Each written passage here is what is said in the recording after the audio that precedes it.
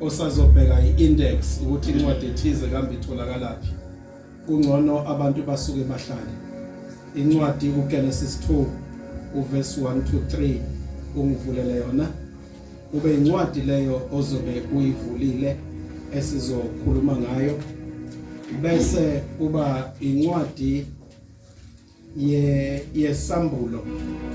yesambulo kube incwadi yesambulo Revelations 11 ngiyawuthanda ngiyengubiza ngokuthi i-transition ila khona uSathane esuke senqoqa incwadi yesambulo mawufika ku Revelations 11 ubokwazi ukuthi kade kubusa uSathane kodwa uJesu usuke sezonqoba uzongivulela uRevelations 11 noma uvulile nje uRevelations 11 uzobalula ukuthola amaverse kodwa ngicabanga ukuthi soqala ku11 siku 17 ungivulele Hebrews 10 uverse 24 no 25 Hebrews 10 verse 24 no 25 kube uHebrews 4 verse 8 and 9 Hebrews 4 verse 8 and 9 ezinye ke zincwadi engizozirefera ngenanga kuzona noma ngagxila kuzona kunombuzo ke abaningi abazibuza wona uma ngabe ngesuku lwesithupha uNkulunkulu ekhuluma ethi masikhande umuntu ngomfanekiso wethu uthini uNkulunkulu masikhande umuntu ngomfanekiso wethu umbuzo oyuvele kubantu abaningi abangakholwa ukuthi kushuthi bakhona abanye abantu ababekhona uNkulunkulu ayikhuluma nabo ngicabanga ukuthi lokho kudalwa ukungambuleleki ngama scriptures ngoba uma umbulelekile ngama scriptures akufanele kube inkinga yokuthi uNkulunkulu wayikhuluma nobani mayethi asikhande umuntu ngomfanekiso wethu uma siqala sithandaza sithi uNkulunkulu Baba uNkulunkulu Indodana uNkulunkulu bani uMoya Ingcwele kusho ukuthi uKristu wayevele ekhona at creation noMoya Ingcwele futhi wawuvele ukhona at creation ukuthi uMoya Ingcwele wawukhona at creation ukuthola lokho encwadini kaGenesis 1 engeke ngaze ngayivula uma uvula leyo ncwadi kuthiwa uKristu ekhanda izulu nomhlaba wakhuluma ngezwi lelo zwi kwakuyini kwakuMoya Ingcwele kodwa ke mawusufuna ukuthola ukuthi was Christ there at creation uMapostle Paul usicacisela kahle lokho uma sivula incwadi kwabaseFesu 3 uthathe uverse 8 and 9 abaseFesu 3 Ephesians 3 verse 8 and 9 ungithathele leyo ncwadi ngifuna ukuyivula le ngoba angifuni ukuthi nithi ngikhuluma iphutha ukuze sazi ukuthi ayikho lento ukuthi uKristu uqhamuke ngeNew Testament kahle uKristu lobo wabakhona kuqala indalo into uNkulunkulu ayenza wayefana nearchitect ukuthi yena uzodweba kodwa umuntu owaye actively involved ekukhandeni izulu nomhlaba ubani uKristu uMapostle Paul ivangeli ngokuloba kaMapostle Paul encwadini yabaseFesu 3 uverse 8 and 9 verse 8 and 9 masilalela lencwadi ikhuluma kanje ngifuna uyilalele sise lencwadi ukuthi ithini amen bazalwane isihloko kwabaseFesu 3 uPaul umiselwe ukwambula imfihlakalo kaKristu uPaul la umiselwe ini ukwambula ini imfihlakalo kaKristu ngicela manje ukukhomba seduze kwakho uthi namhlanje uzozwa imfihlakalo kaKristu awumtshela seduze kwakho uyazi lokho ukuphimisela ngomlomo kusuke kuzokwenzeka. Lo muntu njengoba umtshena oseduze kwakho yimfihlakalo vele kaKristu azoyizwa namhlanje okuyimfihlakalo efihlwe uSathane ngoba uSathane akafuni kwazeke iqiniso. uSathane ufuna sazi ukuthi uKristu uqhamuke ngeNew Testament. uKristu ubeyingxenye yeOld Testament. Usho njalo uMpostoli Paul encwadini yabaseFesu. Uverse 8. Mina engimncinyane kunabo bonke abangcwele ngaphiwa lo musa wokushumayeza abezizwe ivangeli lengcebo kaKristu engaphenyekiyo. Lalela la, uthi uMpostoli Paul uphiwe lo musa wokushumayeza abezizwe imfihlo kaNkulunkulu engakazibone umuntu. Underline lokho. Uphiwe ini? Ukushumayeza abazizwe imfihlo kaNkulunkulu. Umbuzo enginawo ukuthi masishumayela siyabafundisa emabandleni siyeqa kanjani lemfihlo ngoba uMpostoli Paul uthi umelwe yena ukukhuluma ngemfihlo kaNkulunkulu. Waphiwa ukushumayeza abezizwe. Wobani abezizwe? Yimina nawe. Wobani abezizwe? Abantu bonke abakhona emhlabeni.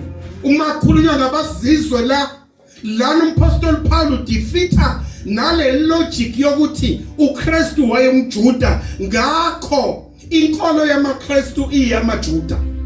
La uMpostoli Paul uthi yena waphiwa ukushumayela kwabezizwe imfihlakalo kaNkulunkulu.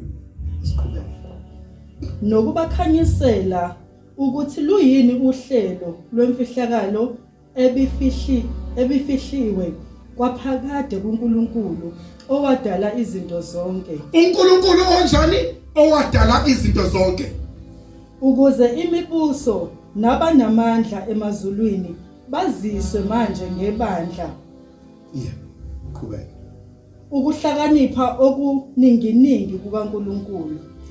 Ngokwecebo laphakade alenza ngoKristu Jesu inkosi yethu.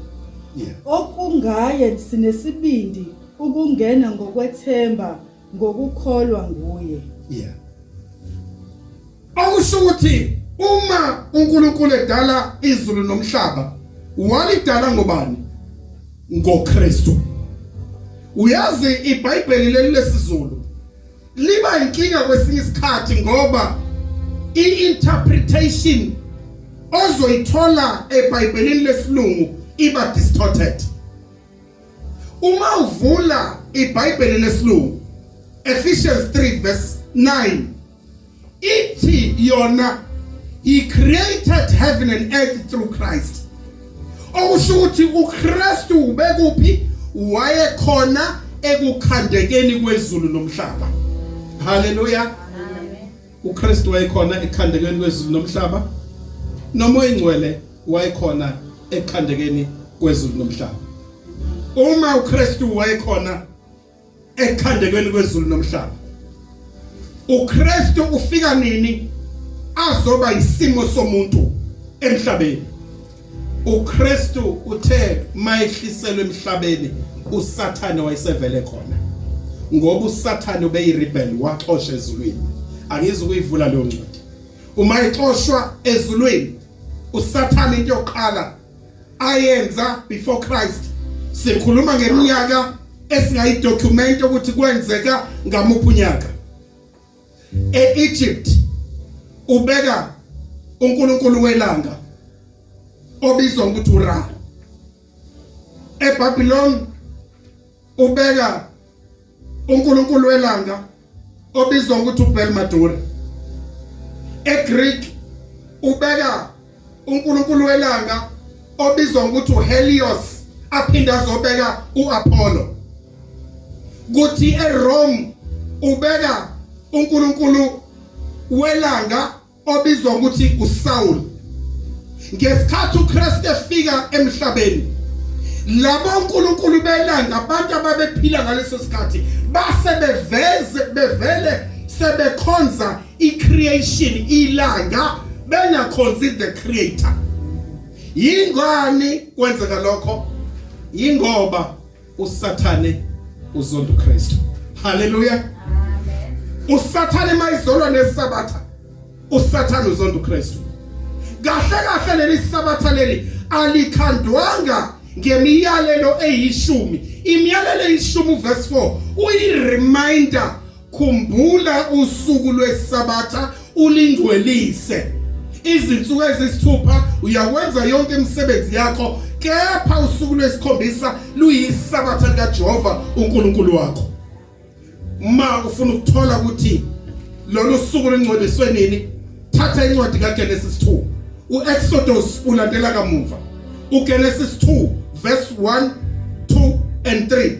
Genesis 2 verse 1, 2 and 3. Genesis 2 usuku lwesikhombisa kwase kupheleliswa izulu nomhlaba kanye nombuthano wakho konke. uNkulunkulu waqeda ngosuku lwesikhombisa imisebenzi yakhe abeyenzile. Yebo. Waphumula ngosuku lwesikhombisa emisebenzini yakhe yonke abeyenzile. uNkulunkulu wabusisa usuku lwesikhombisa walungcwelisa, ngokuba ngalolo suku waphumula emisebenzini yonke abeyidalile uNkulunkulu wayenza.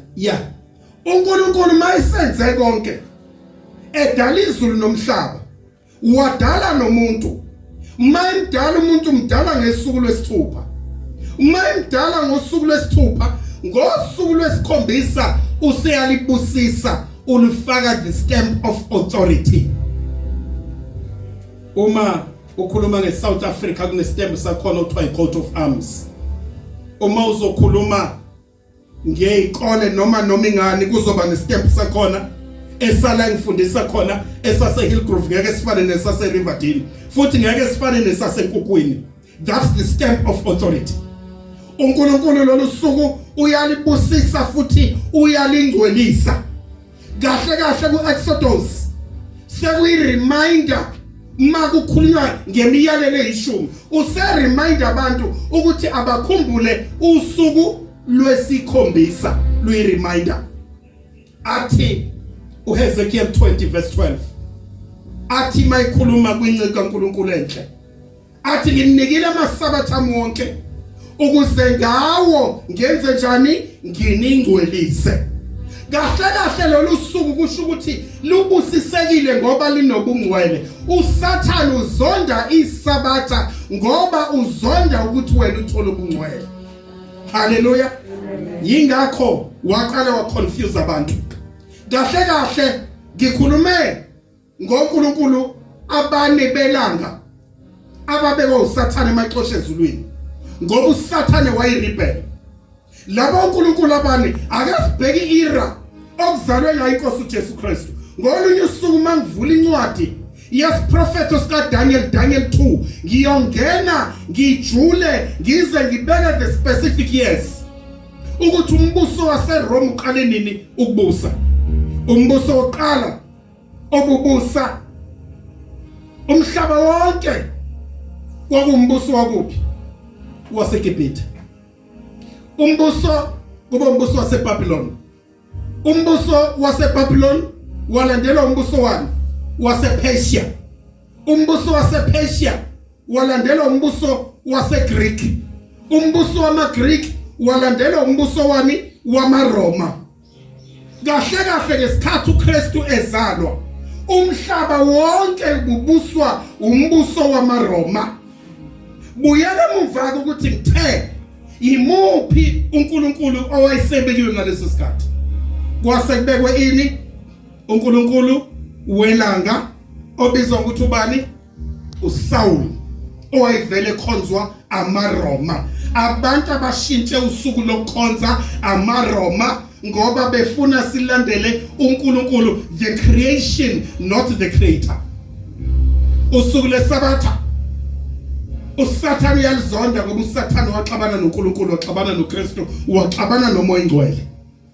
Usuku lwesabatha uSathane uyalizonda ngoba ulizondela into eyodwa. Uyazi ukuthi uma ngasabantu bonke babe nosuku lwerest, ama families aphumule, there will be no divorces on earth. ngoba uAdam noEva into yokuqala bayi-enjoya mabekhandwa ngosuku lwesithupha, they rested in the presence of the Lord Jesus Christ. Hallelujah. uSathane uzonda ama-families ngoba akafuna ama-families abe nokuthula. uSathane akafuni kube nemishado. Yazi imishado ayikho ngingenxa kaSathane ngoba makuthatha ubambo lo lika-Adam ngosuku lwesithupha luyathatha ubambo ukhanda uEva sebeyaphumula.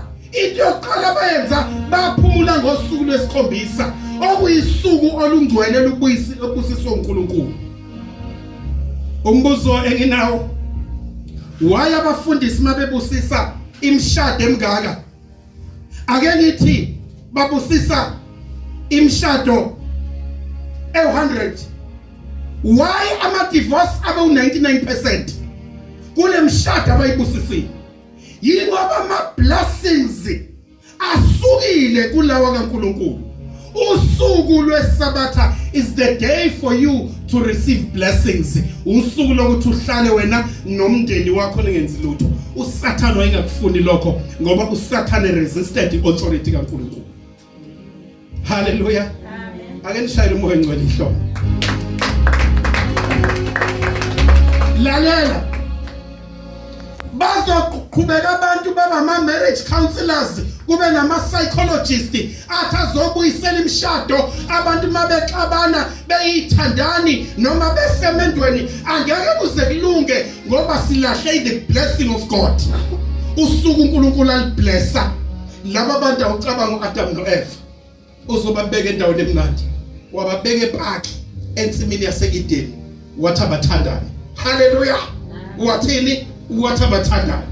Wababeka ensimini yaseEden wathi abakhohlwa yiko konke kodwa benze njani? Abathandani. Bathandane bebodwa kodwa bathande bani? Naye. Ngoba lolu suku lweSabatha konke usuku kwenza ngalo usuku kwenza in the presence of the Lord. So that's what the Satan hates. uSathane uzonda lokho. uSathane uzonda lokho. uSathane uqhamuka nawo wonke amaqhinga.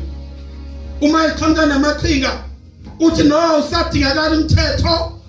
If you are saved by grace, there is no need for the law. Why, if there is no need for the law, why kuliwe nomthetho wodwa kaNkulunkulu iSabatha? Akekho phuma ayoshumayela athi njoba uthi umyalele ishumi ningabulali. Athi hey bazalwane bulalani ungaphingi. Hey bazalwane phingani kodwa kuliwa nani? Ne-authority kaNkulunkulu ngoba yilona la abeke khona isitembu sakhe. That's the seal esinayo noNkulunkulu. Isisil esinayo thina noNkulunkulu yini? Ithathe lencwadi kaHezekiel 20 verse 12. Ukuze siyivule kakhuluma ngayo. That's a special seal esinayo noNkulunkulu. Kahle la Apostle Paul ezochitha khona amaSabatha.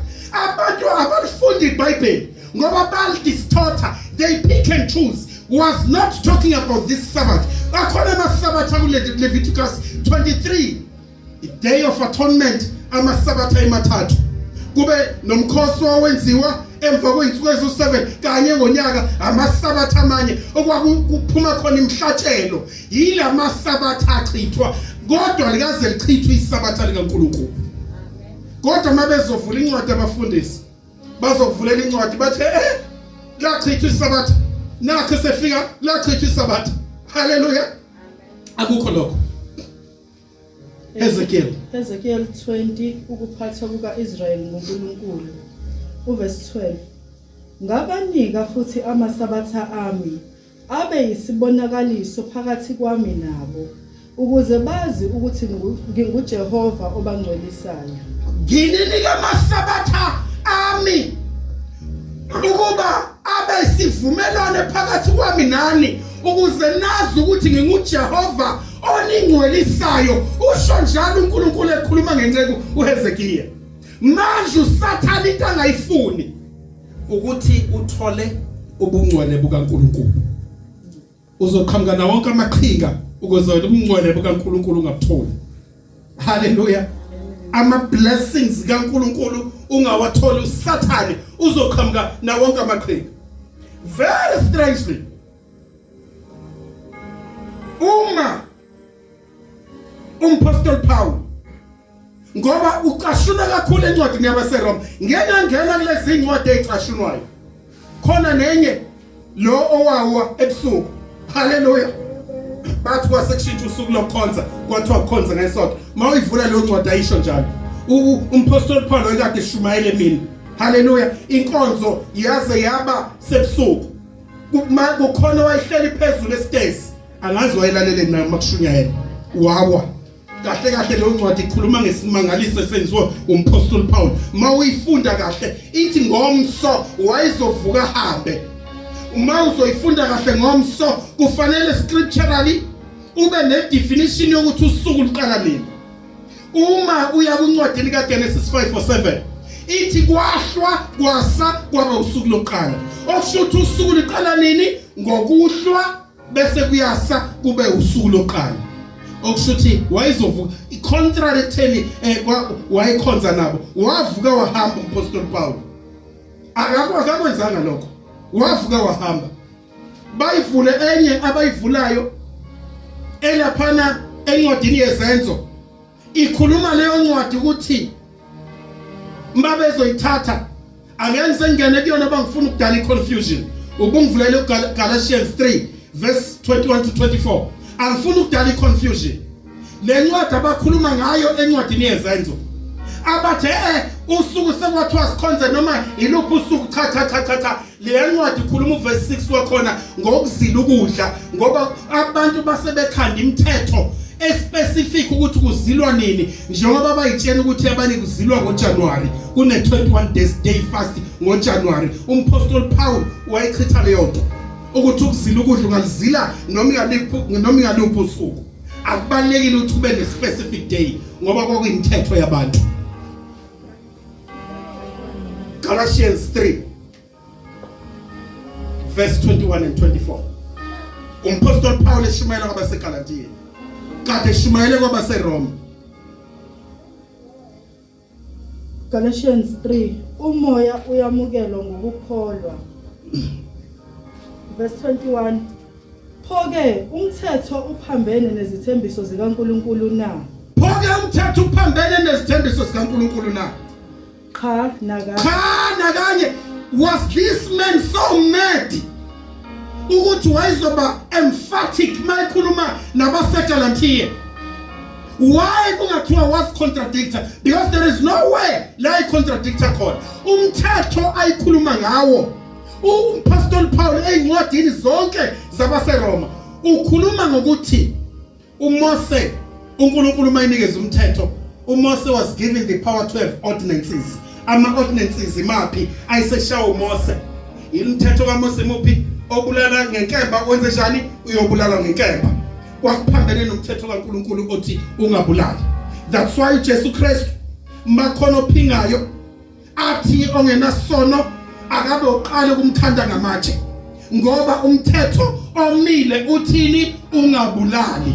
Kodwa ikhona imithetho eminye esibiza ngama-ordinances njengoba kunomthetho wezwe nomasipala baba nama-bylaws abo azobegovernisha leyo ndawo. By the way, lokho kaMose is like a bylaw kwangasiyona into ene-authority kaNkulunkulu. Iyona le mpostoli Paul azoyichitha. Qhubeka lapho. Ngokuba uma wawunikiwe umthetho onamandla okuphilisa ngempela ukulungisiswa ngakuya ngomthetho. Uma wawunika umthetho onamandla okuphilisa ukulungisiswa ngabe kuya ngani? Ngokomthetho. Here is the emphasis la. Aba priests they believed ukuthi by keeping the law kusho ukuthi sebeyakholwa, which was totally wrong. Umthetho wenza lokho. Angikwazi ukuzala ingane engayishayile umthetho ukuthi kubuywa nini.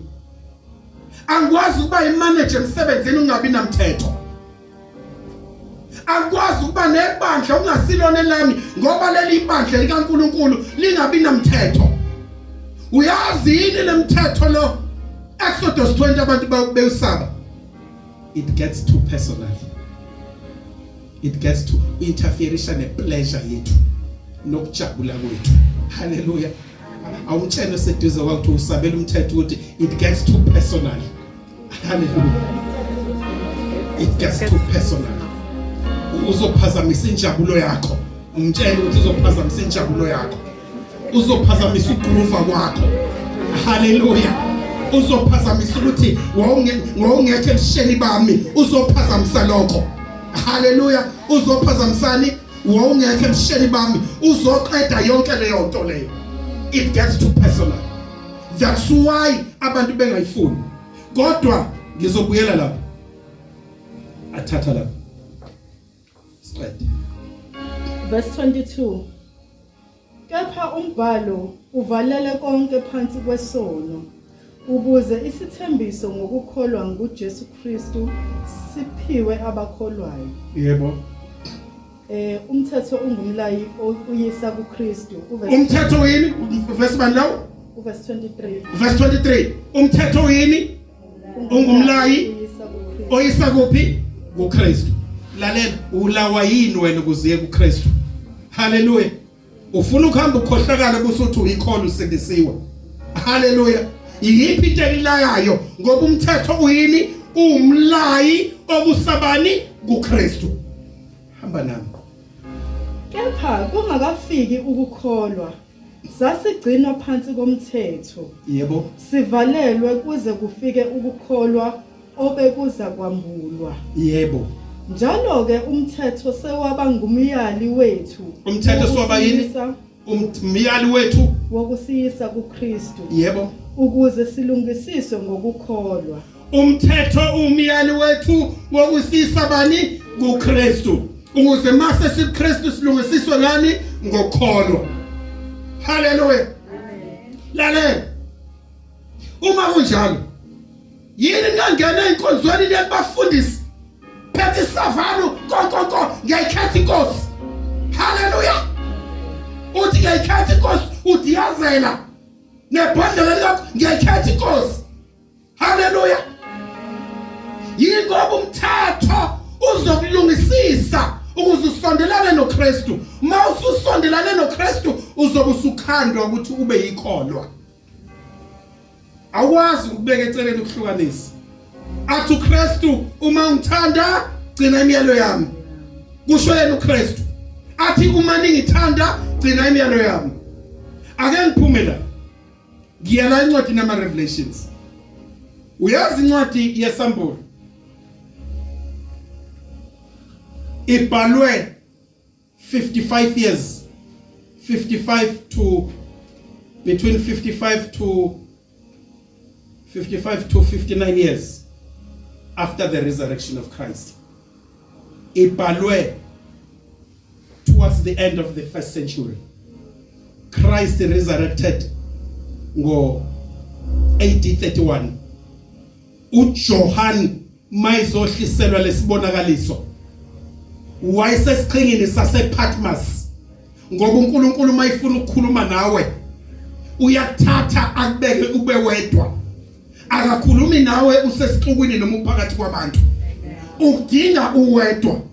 uJohn Musa esiqhingini sasePatmos. uKristu wayesenyukele kudala ezulwini. Kahle mawufunda uRevelations 1, uRevelations wonke uyincwadi kaKristu. Hallelujah. Kodwa athumela ingelosi noNkulunkulu wayekhona nomoya ngcwele wayekhona. uRevelations 1 uzochazela lokho. Why encwadini yesambulo ebhalwe incwadi yesambulo ibhalwa, there was no New Testament, kodwa igcina isiyini? Isiyiphathi ye-New Testament. That's why mafuna uku-interpreta ama-symbols aleya ncwadi. Ngoba ukubhale kuleya ncwadi inama-symbols amaningi. I-interpretation uzoyithola kwi-Old Testament. Awuzungibulelwa umoya ngcwele. Ake sithathe Revelations 11. Siya 15. Verse 15. Cha, Revelations 14:6 uqala. Revelations 14 verse 6 uqala. Isambulo 14 isihloko sithi iwundlu nababekwe uphawu lukaNkulunkulu bemi entabeni. Izingelosi ezintathu zimemezela ukwahlulela. Lalela. Nasi ingelosi ezintathu zimemezela ukwahlulela. Kodwa ngithanda imessage ka verse 6 lapho ku14. Revelations 14 verse 6. Ngase ngibona enye ingelosi indiza emkhathini wezulu. Inevangeli eliphakade. Lalela, ngabona enye ingelosi indiza emkhathini wezulu. Le ngelosi had an everlasting gospel. Yayine gospel engapheli. Okwakufanele izoyitshela abantu. Yayiza ne-message yayi-agent. I-message yayiphuthuma. Ngoba njengoba ngithe uRevelations 11 uyi-transition. Kahle kahle kuRevelations 11 from 1-2 uSathane uyabusa. Kodwa ku11 uSathane uyanqotshwa. Kodwa manje ku14 izomemezela, ku13 bekune mark of the beast. Ku14 izomemezela i-message ye-agent. Le message idinga mina nawe. I-message yaphuthuma. Idinga mina nawe namhlanje. Elishumayeza kwabahlezi emhlabeni. Ilishumayeza kobani? Kwabahlezi emhlabeni. Nakuzo zonke izizwe. Nakuzo zonke izizwe. Nemindeni. Nezilimi. Nabantu. Isho ngezwi elikhulu ithi. Isho ngani? Ngezwi elikhulu ithi. Mesabeni uNkulunkulu. Lalela, ayisho ukuthi sabani ilanga. The creation ithi mesabeni uNkulunkulu. Isibuyisela kuyilo one authority ukuthi ubani. Ngoba uSathane rebelled against Christ, rebelled against God. So the message is buyisela kuNkulunkulu. uNkulunkulu la uGenesis 2 osikhandela usuku olumnandi kangaka waze walibusisa labangcwele. Kahle kahle sazi ngani ukuthi olwesikhombisa ingoba encwadini kaLuka ukufa nokuvuka kaJesu, uJesu wavuka ngosuku lokuqala lwesonto. Kusho iBhayibheli lithi wavuka ngosuku lokuqala lwesonto. So there is no confusion about the seventh day ukuthi seventh day yipi. Wavuka ngosuku lokuqala lwesonto. Uyazi ngokwami ngabe ngimkhipha nonke ngilanda abafundisi. Haleluya. Ngiyababuza abafundisi ukuthi yini indaba bengashumayela iqiniso ngoba likhona. Lolu suku lishintshwe. The 4th century lishintshwe uConstantine waseRome. Ngonyaka ka338 washintsha usuku lokukhonza. Lashintshwe eMaroma. Alazi lishintshwe iBhayibheli. Akukho la iBhayibheli nama-architects abantu abafunda evarsity abafundela ukudweba bayafundiswa ngesimanga sikaConstantine ukuthi uyena washintsha usuku lokukhonza. Athi upapa mayibhala kwijournal ngo1986 athi into enhle esayenza siyamaRoma ukushintsha usuku lokukhonza. Haleluya. Ubhala kuma journals akhona into enhle abayenza bathi yini ukushintsha usuku lokukhonza. Ngoba vele basebevele bekhona oNkulunkulu belapha. Ngicela uhambe nami xolisa ukuphazamisa. Mesabeni uNkulunkulu nimnike inkazimulo ngokuba ihora lokwahlulelwa kwakhe selifikile. Yebo, ihora lokuhlulela kwakhe selifikile. Nikhuleke kuye owenza izulu nomhlaba nolwandle nemithombo yamanzi. Nikhuleka kubani? Kuye owenzani izulu nomhlaba nolwandle nemithombo konke. Lo wenza izulu nomhlaba uyena lo kuGenesis 2 othe usikhandela usuku olungcwele oluyisabatha akaze kushintsha futhi. Mawucabanga umfundisi uMpungasa ngaba neauthority noma uMapostle Paul okuzoshintsha umthetho kaNkulunkulu. Ngabe ngithatha le authority leyo ukushintsha ukubeka uNkulunkulu. Ngikushintshe mina ngikwenza okwami. Ngabe ngithatha le nto. Ivumelana uqanjelwa manga. Haleluya. Amen. Kombo seduzo ukuthi uvumelana uqanjelwa manga. Uvumelana uqanjelwa manga. sizokhuluma ngento escriptural neacademic. Mawufuna singene academic sizongena khona ngoba lento is proven. Ama historians abhala nge-religion is proven. The message is urgent. It's an everlasting message. Ethi abantu ababuyele ekhonzeni bani? The creator. The creator. Not khonzani creation. Ilanga liyini? La khandobani kanti ilanga? La khandobani. Ukhona la athe khonzani indalo yami. Cha. Ngicela ningivulele incwadi ethi khonzani indalo yami. Uthi akukhonzwa yena. 11:15. Revelations 11:15. The transition. Yazi ngikunikeze mawufunda incwadi yesambulo. Ukuze wazi ukuthi incwadi yesambulo yabhalwa ubani. Abafundisi abaningi bayibalekela ngoba inkingi yabashaya. Qala kuverse 1, uverse 1 uzokunikeza ukuthi who is the author. Genesis 1 verse 1. Uzokunikeza ukuthi who is the author. The author here is God. Christ is there. The Holy Spirit is there. The angel is sent to John osescreen sasePatmos. Asithathe ku 11:15. Isambulo 11 isihloko icilongo lesikhombisa verse 15. Nali icilongo benilini ngivule inkonzo yamacilongo. Niyakhumbula sivule inkonzo yamacilongo. Ngathi angeke ngikhulume ngecilongo lesikhombisa. Amen. Ngagcina ngathi ni Mr. Ngoba uRevelations 8 verse 1 uthini? Uthi kuyoba ne-pause for 30 minutes.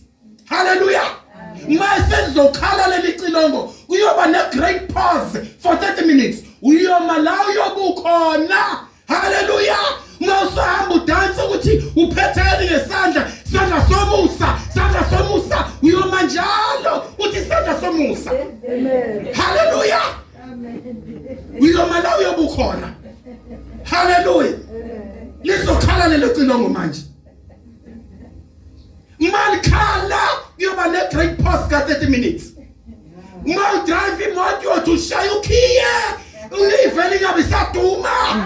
Kanti bekufanele uye enkonzweni. Hallelujah. Ucabange kaningi. Mawubona nali udlulela uthi hey futhi ngabe kuse ngoba kube sene traffic. Ngiyacabanga uyovele kujama yonke into. That will be the great pause for 30 minutes. Lingakakhale licilongo lesikhombisa. There will be that great pause for 30 minutes. Awibuze mawubalekelana nale message. Okuthiwa here is the everlasting gospel. Kuthiwa worship the creator. Hallelujah. Uyoqalaza ukuthi ngiyofika kanjani umfundisi umpungo sekube kude. Hallelujah. Yobe secuthile ingilosi ulo 30 minutes. Uthi inkosi nali liyakhala. Liyakhala. Ihlazo ukulona. Hallelujah. Mhlambe ubuphethe idaku zemithi kade uyinikezwe inyanga ukhuyi ubhizi uyakhwifa. Hallelujah. Ume kanjani bantu. Hallelujah. Ubhizi uyakhwifa. Hallelujah. Hallelujah. Ubhizi uyamemeza ukhuyi livele ujame. Hallelujah. Ujame. Hallelujah. Lalela. Ngizontshelela engihlaya kodwa leqiniso. Uyabona lento le eTexini la khala kakhulu le edrobheni. Ngangakabi nayo imoto. Ngithi ngangenza umatric. So aba driver laba angithi bayivula kakhulu iradio. Okushuthi lo bhodi la ongemuva uyashela mangicabanga.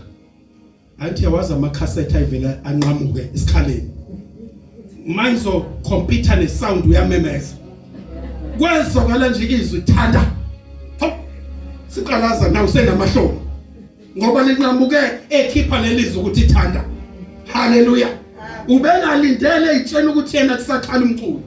Nawe kuyokwenzeka kanjalo. Lalela, this is the everlasting message. The message is urgent. It is directed to you. Ayizi komunye, ize kuwena. Ize kuwena. The message is urgent and the message is personal. Ungabheka umngane wakho. Injani? Personal. i-message personal.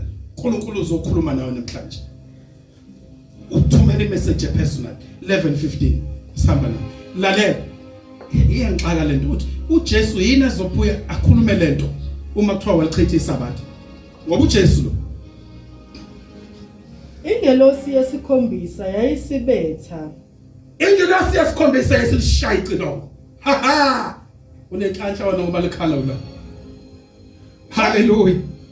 Kwase kuba khona amazwi amakhulu ezulwini athi umbuso wezwe usungowenkosi yethu. Umbuso wezwe sekubani?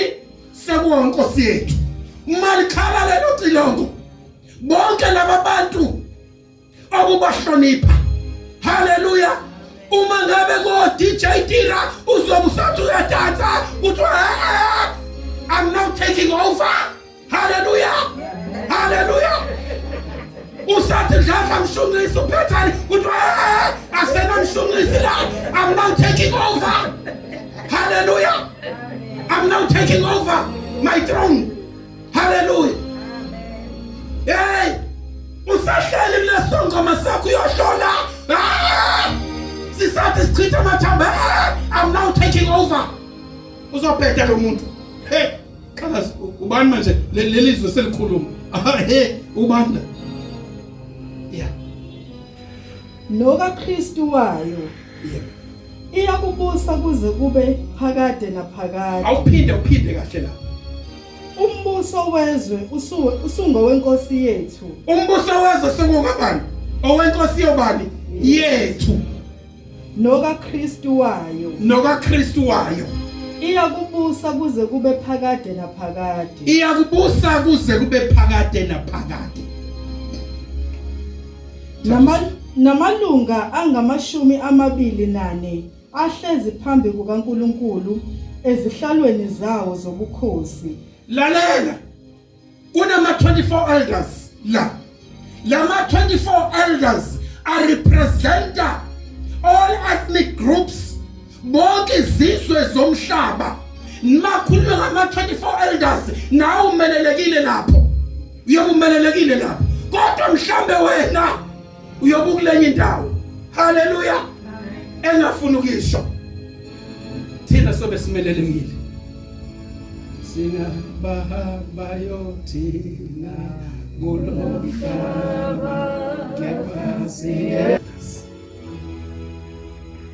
Akhothama ngobuso bawo akhuleka kuNkulunkulu ethi Siyakubonga Nkosi Nkulunkulu nini mandla onke okhona nowawukhona. uNkulunkulu mnini mandla onke onjani?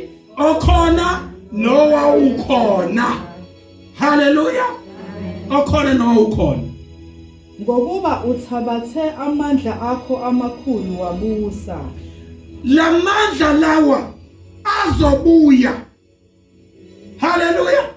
Lamandla azobuya. Siyobe sesibonga sithi siyabonga Nkosi. Is it wrong? Umuntu okhonza ngesonto engazi ngeke angene ezulwini angisho kanjalo. Umfundisi wakhe ngeke alibone izulu. Hallelujah. Hayi wena. Ungazi ukuthi umfundisi ungasuthe anginankinga nabafundisi ngisho bangichallenge ku TV ngazo no debate ngabo. Hallelujah. Bawuvula incwadi nami ngivule zami incwadi. Anginankinga nabo. At all. Kodwa inkinga enginayo ukuthi isambulo sina yonke imfihlo. Isambulo sibhalwe kamuva. Yeah. Nezizwe zazinolaka kepha kwafika ulaka lwakho nesikhathi sokwahlulela kwabafileyo. Yeah. Nokunika umvuzo izinceku zakho. Yeah. Abaprofeti abangcwele nabesabayo igama lakho. Yeah. Abancane nabakhulu. Nokubhubhisa ababhubhisa umhlaba. Ababhubhisa umhlaba bayobhujiswa. Kodwa kunabaprofeti nezincekukazi abayothola isabelo embusweni kaNkulunkulu makhala icilo ngokwesikhombisa. Kodwa bakhona ababhubhisa umhlaba bayobhubha. Hallelujah. Bayobhubha ababhubhisa umhlaba. Akusho mina kusho iBhayibheli. Do you know devil's counter strategy? uthi umpostoli uthi njalo uJohane uma ebona this prophetic vision iyak 19 awuthatha 19 yeah khona lapha lo ncwadi 11:19 soqedela 11:19 awuthatha 19 verse 19 yeah kwase kuvulwa ithempeli likaNkuluNkulu elisezulwini kwavulwa ithempeli likaNkuluNkulu elisezulwini ha now lama elders eguqe phansi kuNkulunkulu kuvulwa ithempeli likaNkulunkulu elikuphi elisezulwini hamba nami kwabonakala umphongolo wesivumelwano sakhe kwabonakala ini umphongolo wesivumelwano sakhe isiphi isivumelwano sethu noNkulunkulu Exodus 20 nyalelithi haleluya amen kwabonakalani umphongolo wesivumelwano sakhe ethempelini lakhe hayi lawa wethu ethempelini lakhe kwase kuba khona imibani namazwi nokuduma nokuzamazama komhlaba build me the sanctuary ekhuluma noMose mawuvula leyo ncwadi leyo uMose mayakha le sanctuary le kaNkuluNkulu ngoba wayethi that's where I want to dwell ngifuna ukuhlala lapho uMose wakhanda kwaba ne covenant lapho uyayikhumbula leyo ncwadi emsam kwakune covenant kunemthetho eyayibhaliwe kaNkuluNkulu nayi namanje le covenant lento ikhuluma the second coming of Christ ukuthi izobe isekhona leli tempeli manje kusesilona lika Mose selisezulwini nayi le covenant isekhona nokuzamazama komhlaba nesichotho esikhulu yeah qedile Sathane wadini uyazi uSathane udinwa yini udinwa ukuthi abantu bakaNkuluNkulu uKristu uyabuya uKristu siyanqoba ku verse 11 ngithathela verse 12 the Revelations 12:17 udinwa yilokho ukuthi uSathane usiyanqoba kahle Revelations 12 ukhuluma ngowesifazane ogqoke ingubo ezimhlophe lo wesifazane is faithful to the Lord is faithful to bani to Christ ngoba ibandla liyini liwumakoti angithi bese kuthi uKristu abe yini abe umkhwenyana ibandla liwumakoti uKristu abe yini amkhwenyana nangu uSathane manje uzolwisana nalo makoti ngoba udinwe ilento ekhulume ku Revelations 11 isambulo 12 isihloko uMikhayeli uyalwa noDraco verse 17 uDraco wamthukuthelela owesifazane wamuka wayokulwa nabaseleyo benzalo yakhe wathukuthelela owesifazane wathukuthelela ibandla likaNkuluNkulu wayeseyalwa nenzalo yalo labo abagcina imiyalo kaNkuluNkulu ibaphi labo alwa nabo yabaphi angiphindele uyolwa nabaphi akali nabo bonke abantu uyazi namanje kuyaliwa nathi uyazi ngabele lithempeli ligcwele kodwa ngoba uhulumeni ushaya umthetho owakhandwa amaRomutha kusilona usuku lokhonza abantu benza amaphathi njengoba uMpostoli Paul benqunywa isabatha namanje abasabathayo they are still being persecuted hallelujah ingakho abanye bayishiya lento bathi hayi mina siyele eNazaretha hallelujah ngoba baxakeka ukuthi bafike bafundiswa hallelujah amen bafundiswa omama la umzoneli kwa first year ebafundiswa Exodus 20 lengane kade ifundiswa Exodus 20 iyafika enkonzweni akusakhulunywa ngoExodus 20 bathi ayikulungele siyobeka amatshe noma yikuphi soyikhandela amathempeli ethu babhedela abantu kukhandwe yini lokho yithina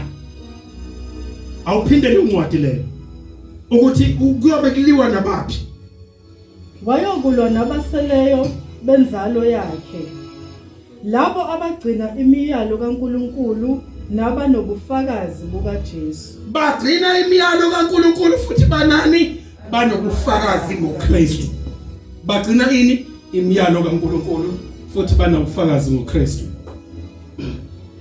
Revelations 14:12. Revelations 14:12. Revelations 14 verse 12. Sengizohlala phansi. Isambulo 14 isihloko izingelosi ezintathu zimemezela ukwahlulela. Yeah. Verse 12.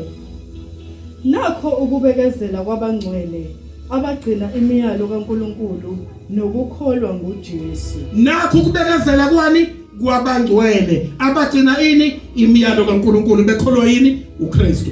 Yini uKristu esanyukele ezulwini kodwa azothumela umyalezo ngeSabatha 55 or 59 years thereafter. Why uma lento iumbhedo? Why ungeze uyazini uSathane zonke iSabatha uzonda ngoba Christ performed more miracles on a Sabbath. Usuku lokuthi kwenzeka ama miracles empilweni yakho. uSathane uzonda lokho ngoba akafuni wena uthola ama miracles enziwa uKristu. So uSathane yalizonda lolusuku.